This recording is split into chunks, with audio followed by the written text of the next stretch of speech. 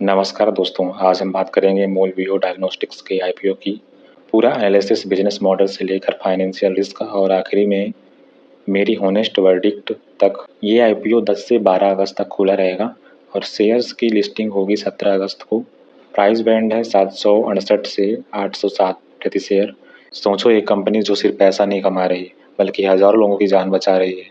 मोलबियो की टेक्नोलॉजी 30 से ज़्यादा बीमारियां सिर्फ 1 घंटे में डिटेक्ट कर सकती है।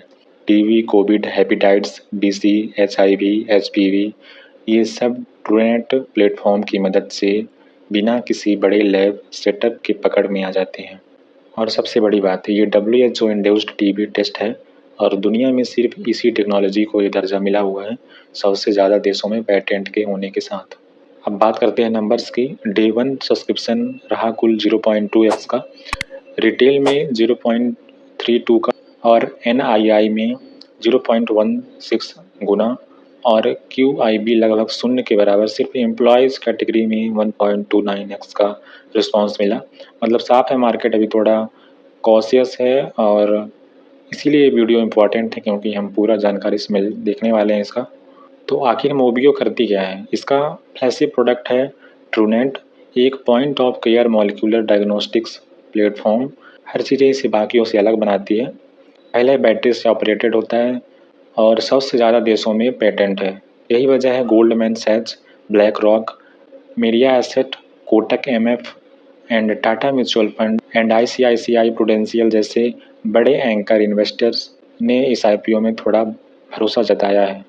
इसकी फाइनेंशियल्स की बात करें तो फाइनेंशियल ईयर 2026 में कंपनी को 3.4 का घाटा हुआ था, लेकिन फाइनेंशियल ईयर 2024 में सीधा 84 करोड़ का मुनाफा, एक मैसिव जंप यहाँ पे देखने को मिला था। और 25 की बात करें तो ये बढ़कर 139 करोड़ हो गया।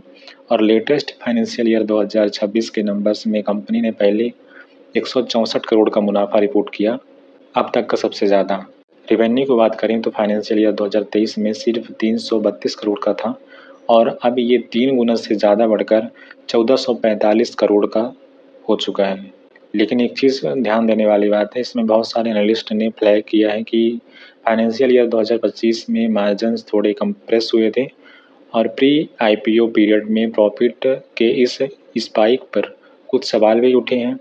तो सिर्फ ग्रोथ को देखकर एक्साइट मत हो जाइएगा, इसका थोड़ा रिस्क भी ध्यान में रखिएगा। इसकी स्ट्रेंथ और रिस्क फैक्टर्स की बात करें तो कंपनी ने हाईलाइट किया है कुछ स्ट्रेंथ अपनी, जैसे कि प्रॉपर्टीज़, ट्रूनेट प्लेटफॉर्म और 100 से ज़्यादा देशों में ग्लोबल पेटेंट्स और 90 से ज़्यादा देशों का डिस्ट्रीब्यूशन नेटवर्क, 30 से ज़्यादा बीमारियों का diversified portfolio, WHO endorsed TB test and मजबूत एंकर इन्वेस्टर्स बैकिंग। इसकी रिस्क की बात करें तो इस आईपीओ का ढांचा काफ़ी OFSIB है। 739.7 करोड़ का ऑफर्स फॉर सेल है, जबकि फ्रेश इशू सिर्फ 200 करोड़ का ही है। मतलब ज़्यादातर पैसा मौजूदा इन्वेस्टर्स की जेब में जा रहा है, कंपनी के बिजनेस में डायरेक्टली नहीं लग रहा।